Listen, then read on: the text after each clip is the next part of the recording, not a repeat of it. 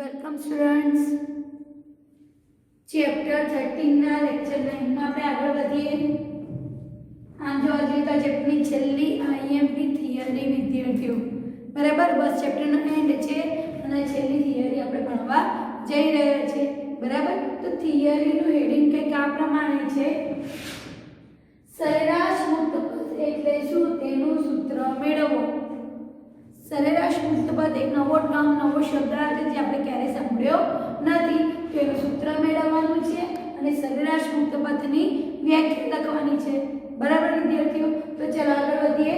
આકૃતિમાં વાયુના કોઈ એક અણુનો ગતિપથ દર્શાવેલ છે. આ અણુના માર્ગમાં બીજો કોઈ અણુ આવે ત્યારે તેમની વચ્ચે થતી અથડામણને કારણે અણુની ગતિની ઝડપ અને દિશા બદલાય છે. આ અથડામણ બાદ બીજી અથડામણ ન થાય ત્યાં સુધી આ અણુ અચળ ઝડપે સુરેખ પથ પર ગતિ કરે છે, બરાબર. કઈ આકૃતિની વાત કરે છે? તો આકૃતિમાં એક પાત્ર લીધેલું છે. પાત્રની અંદર વાયુના અણુઓ રહેલા છે. વાયુનો એક અણુ સપોઝ અહીંયાથી આવે છે અને વાયુને બીજા અણુ સાથે અથડામણ અનુભવે છે. હવે વાયુનો આ એક આપણે આદર્શ પરિસ્થિતિ વિચાર છે. આપણે જોઈ શકતા નથી પણ આપણે કલ્પના કરી છે કે આદર્શ પરિસ્થિતિને કે આવું થતું હશે, બરાબર. તો ચાલો આપણે ધારો કે આ ક્લાસરૂમને પણ વાયુપાત્ર તરીકે લઈ શકીએ, બરાબર. તો વાયુપાત્ર, એક વાયુપાત્રમાં આપણે વાયુ બનેલો છે. વાયુના અણુઓ છૂટાછવાયા ફરતા હશે. એમાંથી વાયુનો એક અણુ આવ્યો, એક અણુએ બીજા અણુ સાથે અથડામણ અનુભવી અને જ્યારે એક અણુ બીજા અણુ સાથે અથડામણ અનુભવે છે ત્યારે અથડામણ બાદ આ અણુની ઝડપ અને દિશા શું થાય છે? બદલાઈ જાય છે. જો આની સાથે અથડાશે એટલે શું થશે? અથડાઈ પાછો આમ ના જઈ શકે એટલે આમ જશે. અથડાયો ખરેખર જતો તો આ માર્ગે, પણ અથડાયો એટલે એનો માર્ગની દિશા શું થઈ ગઈ? બદલાઈ ગઈ. એટલે કે દિશા અને વેગ બંને શું થાય છે? બદલાઈ જાય છે, બરાબર. હવે આ એક અથડામણ થઈ પછી બીજી અથડામણ ના થાય ત્યાં સુધી કેવા પથ પર ગતિ કરે છે? સુરેખ પથ પર ગતિ કરે છે, બરાબર. આગળ જોઈએ. અણુ વચ્ચેના બે ક્રમિક અથડામણો વચ્ચેના સમયગાળામાં વાયુનો અણુ અચળ ઝડપે જેટલું અંતર કાપે તે અંતરને મુક્ત પથ કહે છે. વાયુના અણુએ કાપેલા મુક્ત પથોના સરેરાશ મૂલ્યને સરેરાશ મુક્ત પથ કહે છે, બરાબર વિદ્યાર્થીઓ. એટલે કે વાયુનો એક અણુ બીજા અણુ સાથે અથડામણ અનુભવે અને અથડાય ત્યારે એનું વેગ અને મૂલ્ય બંને બદલાઈ જાય, પણ અથડાયા પછી બીજી અથડામણ ન થાય ત્યાં સુધી સુરેખ પથ પર જેટલું અંતર કાપે એ અંતરને એનો મુક્ત પથ કહે છે. ધારો કે પહેલી વાર આટલું અંતર કાપ્યું પછી બીજી અથડામણ થઈ, જો અહીંયા અંતર આટલું કાપ્યું પછી આટલું કાપ્યું પછી આટલું કાપ્યું પછી આટલું, તો શું આ બધા અંતરો સરખા છે? ના, આ બધા અંતરો સરખા નથી. તે બધા અંતરો અલગ અલગ છે. તો એને કહેવાશે એનો મુક્ત પથ. એક અથડામણથી બીજી અથડામણ થાય ત્યાં વચ્ચેનો ફ્રી ગાળો, વચ્ચેનો ફ્રી સમય કે જ્યારે સુરેખ પથ પર સ્ટ્રેટ જતો હોય. ધારો કે એક અણુ હોય છે, બીજો અણુ હોય છે, આની સાથે અથડાયો, હવે આની સાથે અથડાય એને પહેલા સુરેખ પથ પર જેટલું અંતર કાપ્યું એ અંતરને એનું મુક્ત પથ કહે છે વિદ્યાર્થીઓ. અને આપણે જાણીએ છીએ કે જો ધારો કે પહેલા આટલું અંતર કાપ્યું, પછી સપોઝ અહીંયા આટલું અંતર કાપ્યું, પછી આટલું અંતર કાપ્યું, દરેક વખતે અંતરો કેવા હશે? અલગ અલગ હશે. તો અંતરો અલગ અલગ હોય, બરાબર. તો એ વખતે મુક્ત પથ અલગ અલગ આવે તો એ વખતે આપણે સરેરાશ મુક્ત પથનો ઉપયોગ કરી શકીએ, બરાબર. એટલે વાયુના અણુએ કાપેલા મુક્ત પથોના સરેરાશ મૂલ્યને જેટલું મુક્ત પથ કાપે, ધારો કે પર 2 મીટર કાપ્યું, પછી 3 મીટર કાપ્યું, પછી 1 મીટર કાપ્યું, પછી 1.5 મીટર કાપ્યું, તો આપણે બધાની શું લઈ લેવાની? સરેરાશ લઈ લેવાની, બરાબર. તેને સરેરાશ મુક્ત પથ કહે છે. વાયુમાં એનડીપી એ સરેરાશ મુક્ત પથ 1000 એંગસ્ટ્રોમના ક્રમનો હોય છે. વાયુનો મુક્ત પથ કેટલો હોય છે? 1000 એંગસ્ટ્રોમના ક્રમનો. એંગસ્ટ્રોમ એટલે 10 ની -10 અને એનડીપી એટલે સ્ટાન્ડર્ડ ટેમ્પરેચર એન્ડ પ્રેશર, બરાબર. સ્ટાન્ડર્ડ ટેમ્પરેચર હોય તમને ખબર છે તો તાપમાન બદલાય તો વાયુના અણુઓ ગરમ થાય અને ગરમ થાય એટલે જલ્દી જલ્દી અથડામણ અનુભવે. દબાણ બદલાઈએ, દબાણ આપીએ તેનું કદ ઘટી જાય અને કદ ઘટી જાય તો એ અથડામણો વધી જાય.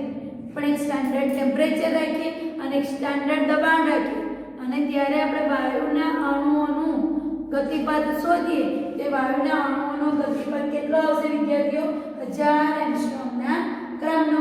બરાબર. મુક્ત પથ એટલે બે ક્રમિક અથડામણો વચ્ચેનો જે અચળ અંતર, જે અચળ ઝડપથી કાપેલો રસ્તો છે એ રસ્તાને શું કહેવાશે વિદ્યાર્થીઓ? મુક્ત પથ કહેવાશે. બરાબર. તે મુક્ત પથનું હવે આપણે સૂત્ર તારવીશું. સૂત્ર તારવવા માટે આપણે એક આખી કાલ્પનિક મેથડ બનાવેલી છે કે આવું થતું હશે. બરાબર. અને કાલ્પનિક મેથડ પરથી આપણે સૂત્ર તારવીશું. જોઈએ વિદ્યાર્થીઓ, આકૃતિમાં દર્શાવ્યા મુજબ વાયુના અણુ ડી વ્યાસના ગોળા છે. ધારો કે વાયુનો એક અણુ છે અને વાયુનો બીજો અણુ. આ જે અણુ હતો આ બીજો અણુ હતો તો આપણે આવા બે અણુઓ ધ્યાનમાં લીધેલા છે, કોઈ પણ બે અણુ. બરાબર. તો વાયુનો એક અણુ છે એનો વ્યાસ કહું છું, એનો વ્યાસ d જેટલો છે. આ ગોળાનો પણ વ્યાસ d જેટલો છે એને આપણે ગોળા તરીકે લીધેલા છે. વાયુના અણુઓને બે દ્રઢ ગોળા તરીકે લખોટી જેવા લીધેલા છે. બરાબર. ખાલી એક કલ્પના છે, વિચારીએ છે કે આવું થતું હશે. બરાબર. તો વાયુના અણુઓ બે દ્રઢ ગોળા છે અને તેમની વચ્ચેનું અંતર જો આટલો આખો વ્યાસ થયો, આટલો આખો વ્યાસ થયો તો આ ત્રિજ્યા થઈ, આ ત્રિજ્યા થઈ તો બે ત્રિજ્યા એટલે વ્યાસ બની જાય. બરાબર. અને આમ જોઈએ તો આટલો વ્યાસ થયો એવી જ રીતે આનો વ્યાસ પણ d જેટલો થાય. બરાબર. હવે વાયુના એક અણુ છે આ બીજા અણુ સાથે અથડાય છે તો અથડાય ક્યારે? જ્યારે બંને વચ્ચેનું અંતર d જેટલું થાય ત્યારે. વાયુના એક અણુ લઈએ વિદ્યાર્થી અને બીજો અણુ છે તો બંને વચ્ચેનું અંતર d જેટલું થયું તો જ અથડામણ અનુભવે, નહીં તો અથડામણ અનુભવે નહીં. બરાબર. એટલે અહીંયા લખ્યું છે કે વાયુના બે અણુઓ એકબીજાથી d અંતરે આવે ત્યારે તેમની વચ્ચે અથડામણ થશે. બરાબર. ધારો કે d વ્યાસનો એક અણુ સરેરાશ v/r જેટલા વેગથી ગતિ કરે છે જ્યારે બાકીના અણુઓ સ્થિર છે. આવી ખાસ યાદ રાખવાની છે વિદ્યાર્થીઓ. આપણે અહીંયા આગળ શું વિચારીશું તો આપણે અહીંયા આગળ એવી પરિસ્થિતિ વિચારવા જઈ રહ્યા છે કે માત્ર એક જ અણુ ગતિ કરે છે. એટલે આપણે પેલી લખોટીઓ રમીએ છીએ તો લખોટીમાં કેવું પેલું ગોળમાં બધી લખોટીઓ મૂકેલી હોય એ લખોટીઓ સ્થિર છે અને અહીંયા જે આપણે લખોટી ટાંકીએ છીએ. બરાબર. તો એ લખોટી એટલી જ ગતિમાં છે કે બધી લખોટીઓ કેવી છે? સ્થિર છે. એવી જ પરિસ્થિતિ આપણે અહીં વિચારેલી છે કે ભાઈ એક અણુ છે એ એક અણુ જ ગતિ કરે છે, બાકીના બધા અણુઓ પોતપોતાની જગ્યાએ કેવા છે? સ્થિર છે. બરાબર. આગળ જોઈએ, આ અણુ બીજા કોઈ અણુથી d જેટલા અંતરે આવશે ત્યારે તેમની વચ્ચે અથડામણ થશે.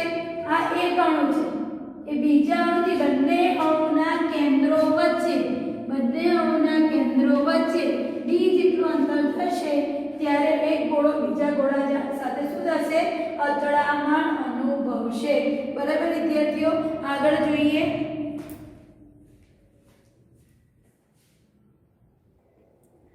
તે સમયમાં આવી અથડામણોની સંખ્યા ગણવા માટે આકૃતિમાં દર્શાવેલ d જેટલી ત્રિજ્યાનો એક કાલ્પનિક સંઘાત ગોળો દોરો.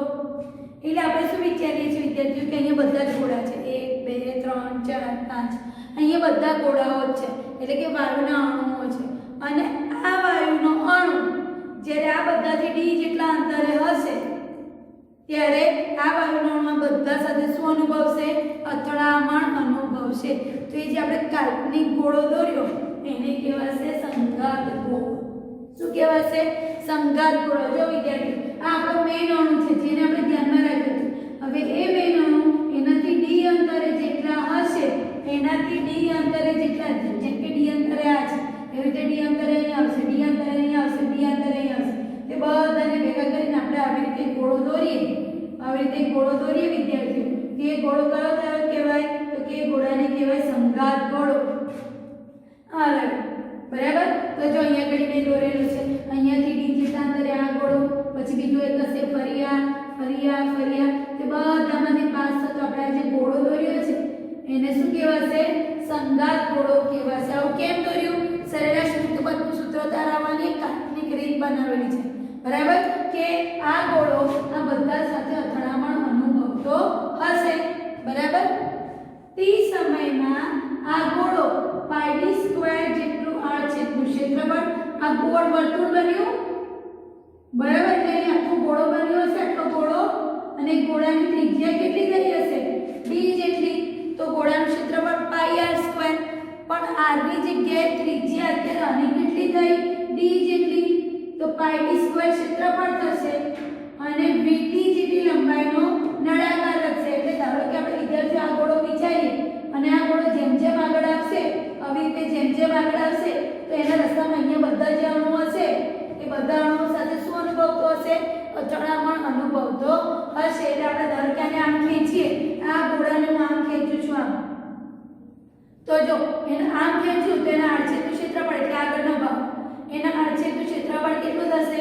પાઈ r સ્ક્વેર જેટલું. અને એની લંબાઈ કેટલી થશે? તો ધારો કે અહીંથી આપણે આટલી લંબાઈ વિચારીએ, આમ દોરેલું છે તો અહીંથી આટલી લંબાઈ વિચારીએ તો આ તો નળાકાર થયો કહેવાય. અને આટલી લંબાઈ કેટલી થશે? તો કે લંબાઈ એટલે અંતર બરાબર વેગ ગુણ્યા સમય. તો ધારો કે ગોળો v જેટલા વેગથી આટલું અંતર કાપી લે છે t સમયગાળામાં, તો અંતર બરાબર વેગ. વેગ કેટલો લીધેલો છે? v જેટલો, અને સમયગાળો કેટલો લીધો છે?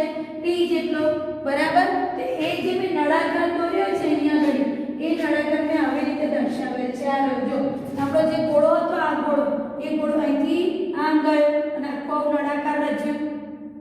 કેટલું અંતર કાપ્યું? તો કે અહીંયા તો પહેલા ગોળો આ રહ્યો, અહીંયા તો, બરાબર?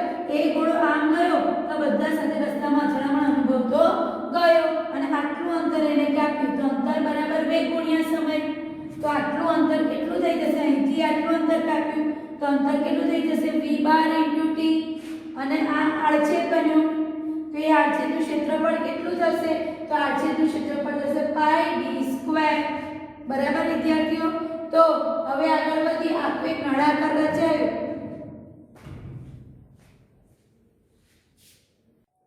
તો નળાકારમાંથી જ્યારે અણુ પસાર થાય ત્યારે આ અણુ એક નળાકારમાંથી પેલો જ્યારે અણુ પસાર થયો ત્યારે અણુએ આટલું કદ કવર કર્યું.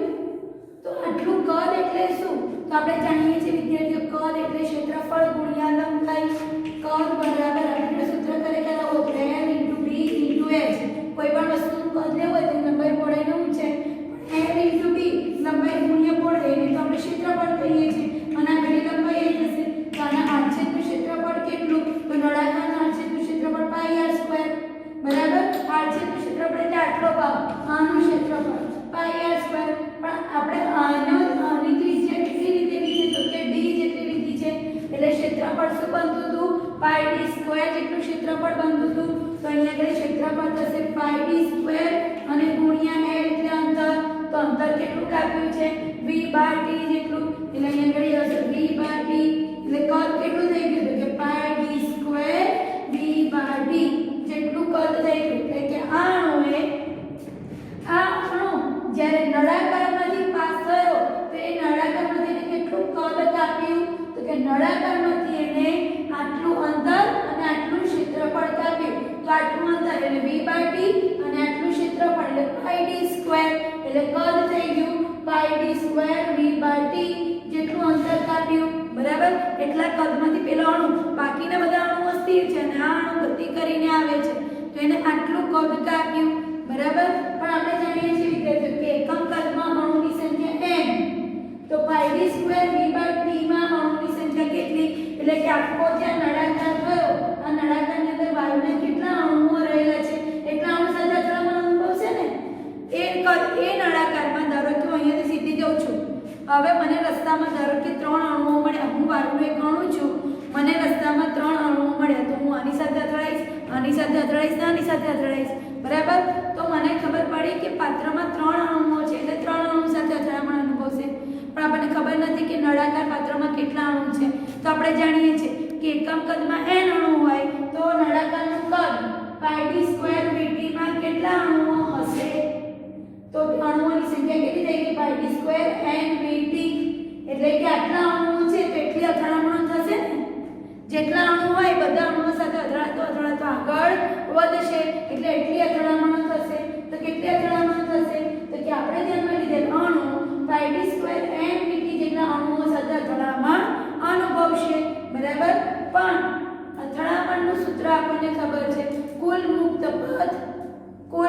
પદ ઇઝ ઇક્વલ ટુ અણુએ કાપેલું અંતર ભાગ્યા થતી કુલ અથડામણો. તમારે યાદ રાખવાનું છે વિદ્યાર્થીઓ સૂત્ર. કુલ મુક્ત પદ અથવા સરેરાશ મુક્ત પદ એટલે શું તો કે કાપેલું અંતર ભાગ્યા કુલ અથડામણો. તો કેટલું અંતર કાપ્યું પહેલા અણુએ તો અણુએ અહીંયાથી આટલું અંતર કાપ્યું અને આટલું અંતર એટલે વેગ ગુણ્યા સમય એટલે vt. તો ઉપર આવશે vt, નીચે થતી કુલ અથડામણો. તો વાયુના અણુઓ પાત્રમાં જેટલા અણુઓ હાજર હશે એ બધા સાથે અથડામણ અનુભવશે. તો કેટલા અણુઓ હાજર હતા n/d² vt જેટલા. તો n/d² vt ઉડી ગયા 1/n/d² થયું. બરાબર. પણ વિદ્યાર્થીઓ મેં તમને હમણાં જ કહ્યું હતું કે અહીંયા આપણે અથડામણોમાં એક જ અણુ ગતિ કરે છે એવું વિચાર્યું, જ્યારે બાકીના બધા અણુઓને કેવા ધાર્યા આપણે સ્થિર ધાર્યા. પણ વ્યવહારમાં તો બધા જ અણુઓ ગતિ કરતા હોય છે. એવું ના હોય કે વાયુનો એકલો જ અણુ ગતિ કરે બાકીના બધા અણુઓ પોતાની જગ્યાએ સ્થિર હોય. વાયુના બધા જ અણુઓ ગતિ કરતા હોય છે. તો બધા જ અણુઓ ગતિ કરતા હોય તે વખતે સરેરાશ મુક્ત પદ બરાબર શું થશે તો કે 1/√2 π/d². √2 આવી જશે વિદ્યાર્થીઓ. આ યાદ રાખવાનું છે કે અહીંયા આગળ ઓરિજિનલ પરિસ્થિતિમાં શું થાય છે, ઓરિજિનલમાં બધા જ અણુઓ ગતિ કરતા હોય છે અને બધા જ અણુઓ ગતિ કરતા હોય એટલે 1/√2 π/d² સૂત્ર થશે. બરાબર વિદ્યાર્થીઓ. તો સરેરાશ મુક્ત પદનો ટોપિક પૂરો થયો. ફરી એકવાર વિચારીએ સરેરાશ મુક્ત પદ એટલે શું તો કે જ્યારે વાયુના અણુઓ એકબીજા સાથે અથડામણ અનુભવે તો અથડામણ પહેલા આ અણુઓએ કાપેલા સુરેખ અંતરને મુક્ત પદ કહે છે. અને એવા સુરેખ અંતરોની જો સરેરાશ લેવામાં આવે તેને શું કહેવાય છે, સરેરાશ મુક્ત પદ કહે છે. NTP એ આદર્શ તાપમાન અને આદર્શ દબાણે મુક્ત પદ 1000 એંગસ્ટ્રોમના ક્રમનો હોય છે. બરાબર. પછી આપણે આકૃતિ દોરી હતી. આકૃતિમાં વાયુના અણુઓ હતા. એક અણુ બીજા બધા અણુ સાથે અથડામણ અનુભવે છે અને અથડાય ત્યારે વાયુના અણુનો વેગ એટલે કે ઝડપ અને દિશા બંને બદલાશે. બરાબર. પછી આપણે એની સૂત્રની તારવણી કરી. સૂત્રની તારવણીમાં શું કરે તો કે વાયુનો એક અણુ લીધો જેને સંપૂર્ણ દ્રઢ ગોળો ગણી લીધો. હવે એ અણુ જ્યારે બીજા અણુ સાથે d જેટલા અંતરે આવશે ત્યારે બંને શું અનુભવશે, અથડામણ અનુભવશે. એક અણુ બીજા અણુ સાથે d અંતરે આવશે ત્યારે અથડામણ અનુભવશે. બરાબર. હવે ધારો કે d વ્યાસનો એક અણુ v જેટલા અંતરથી ગતિ કરે છે એટલે આપણે એક અણુને જ ગતિ કરાય છે, બાકી બધા અણુઓને કેવા ધાર્યા હતા, સ્થિર ધાર્યા હતા. આથી તેમાંથી d અંતરે જેટલા અણુ આવશે બધા અણુ સાથે અથડામણ અનુભવશે. તો આપણે એક સંઘાત ગોળો દોર્યો. સંઘાત ગોળામાં આ અણુથી d જેટલા અંતરે જેટલા પણ અણુ આવ્યા એ બધા સાથે અથડામણ અનુભવશે અને બધાને કેન્દ્રને જોડતો આપણે એક સંઘાત ગોળો વિચાર્યો. એ સંઘાત ગોળો અત્યારે અહીંયા છે પણ t સમય પછી ગોળો અહીં આવશે, પછી અહીં આવશે, પછી અહીં આવશે. તો આપણે એને ભેગું કરીને આમ વિચાર્યું કે નળાકાર બન્યો. તો t સમયમાં આ ગોળો આગળ વધશે અને આગળ વધીને એના આડછેદનું ક્ષેત્રફળ કેટલું થઈ જશે πd² અને એને કાપેલું અંતર કેટલું થઈ જશે તો કે વેગ ગુણ્યા સમય પછી vt થઈ જશે. તો ક્ષેત્રફળ મળી ગયું, અંતર મળી ગયું. એના પછી આપણને શું મળી જશે, એ અણુએ જેટલું કદ કાપ્યું એ કદ મળી જશે. તો πd² vt કદ થશે. કેવી રીતે તો કે કદ આ સાઈડ પર લખી રાખવાનું વિદ્યાર્થીઓ કામમાં લાગે. lbh lb એટલે ક્ષેત્રફળ, અંતર ક્ષેત્રફળ πd², અંતર v બાર * t એટલે πd² v બાર t. આનું કદ આવી ગયું વિદ્યાર્થીઓ. તો એકમ કદમાં n અણુ હોય તો πd² vt કદમાં કેટલા અણુ હશે તો πd² vt ગુણ્યા n થઈ જશે. આપણને અણુની સંખ્યા મળી ગઈ. બરાબર. અણુની સંખ્યા હવે જેટલા અણુ હશે એ બધા અણુઓ સાથે અથડામણ અનુભવશે. તો કુલ અથડામણો કેટલી થશે, n/d² vt થશે. હવે સરેરાશ મુક્ત પદનું સૂત્ર ખબર છે, અંતર ભાગ્યા કુલ અથડામણો. અંતર કેટલી v બાર t જેટલું, અથડામણો πd² n v બાર t.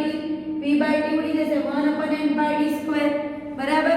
અહીં આપણે શું ધાર્યું હતું, એક જ અણુ ગતિ કરે છે જ્યારે બાકીના બધા અણુઓ કેવા છે, સ્થિર છે. પણ ખરેખર એવું હોતું વાસ્તવિક મુક્ત પદનું સૂત્ર શું બને 1/√2 પાઈ એનડી સ્ક્વેર. બરાબર વિદ્યાર્થીઓ? તો સરેરાશ મુક્ત પદની આ થિયરી અહીંયા પૂરી થઈ. 3 માર્ક્સમાં પૂછાય તેવી મોસ્ટ એમ્પી થિયરી વિદ્યાર્થીઓ. બરાબર? ચલો તો મુક્ત પદને રિલેટેડ આપણે એક દાખલો જોઈ લઈએ. ઉદાહરણ 13.9 373 કેલ્વિન તાપમાને પાણીની બાષ્પનો મુક્ત પદ શોધો. પાણીની બાષ્પના અણુનું મુક્ત પદ શોધવાનો છે વિદ્યાર્થીઓ. પાણીના અણુની ત્રિજ્યા આપેલી છે 2 એંગસ્ટ્રોમ અને STP એ n સ્મોલ n આપણને આપેલા છે 2.7 × 1025. તો આપણે કેટલા કેલ્વિન શોધવાનું કહ્યું છે? 373 કેલ્વિન. 273 કેલ્વિને અણુની સંખ્યા કેટલી? કેમ કે STP standard temperature and pressure. તો STP એટલે 273. તો 273 અણુની સંખ્યા આપેલી છે કે 273 કેલ્વિન તાપમાન હોય ત્યારે અણુની સંખ્યા છે 2.7 × 1025. તો 373 કેલ્વિન તાપમાને અણુની સંખ્યા કેટલી? તો 373 અણુ બરાબર કેટલા થશે? 373 ગુણ્યા 2.7 × 1025 ભાગ્યા 273. અને સોલ્યુશન એટલે આપણને અણુઓ મળી જશે એટલે કે આપણને સ્મોલ n મળી ગયા. Small n. બરાબર? હવે મુક્ત પદ જોઈએ છે. આપણે મુક્ત પદ શોધવાનું કહ્યું છે. તો મુક્ત પદ એટલે કે L બાર. મુક્ત પદ લખો તો પણ ચાલે અને L બાર લખો તો પણ ચાલે. એનું સૂત્ર હતું પાઈ n d સ્ક્વેર. બરાબર? કિંમતો મૂકી દઈએ. પાઈ 3.14 n અહીંથી જે જવાબ આવે એ જવાબ તમારે લખવાનો d સ્ક્વેર. d એટલે વ્યાસ. અહીંયા આપણને ત્રિજ્યા આપેલી છે 2 એંગસ્ટ્રોમ. તો ત્રિજ્યા 2 હોય તો વ્યાસ કેટલો થાય? 4. તો અહીંયા આગળ વ્યાસ થશે 4 એંગસ્ટ્રોમ. એટલે જો ખરેખર થાય d એટલે ત્રિજ્યાના ડબલ. ત્રિજ્યાના ડબલ એટલે આવું થાય 2r નો સ્ક્વેર થાય. બરાબર? 2m ના m અને r એટલે ત્રિજ્યા. ત્રિજ્યા કેટલી આપેલી છે? 2 એંગસ્ટ્રોમ. એટલે 2 × 10 - 10 નો વર્ગ. આને સોલ્વ કરવાનું વિદ્યાર્થી એટલે 1/3.14 ગુણ્યા અહીંયાથી જે n આવે એની કિંમત અહીં મૂકવાની ગુણ્યા 2 × 4 અને 10 ની -20 ઘાત થઈ જશે. બરાબર? તો આને અહીંયા કિંમતો મૂકીશું અને આને સોલ્વ કરીશું એટલે આપણને સરેરાશ મુક્ત પદ મળી જશે. બરાબર વિદ્યાર્થીઓ? મુક્ત પદ એક પ્રકારનું અંતર છે એટલે જવાબ શેમાં આવશે? મીટરમાં આવશે. તો આ સાથે જ વિદ્યાર્થીઓ સરેરાશ મુક્ત પદનો ટોપિક અને તેને રિલેટેડ દાખલો પૂરો થયો. અહીંયા આ ચેપ્ટર પણ પૂર્ણ થયું વિદ્યાર્થીઓ.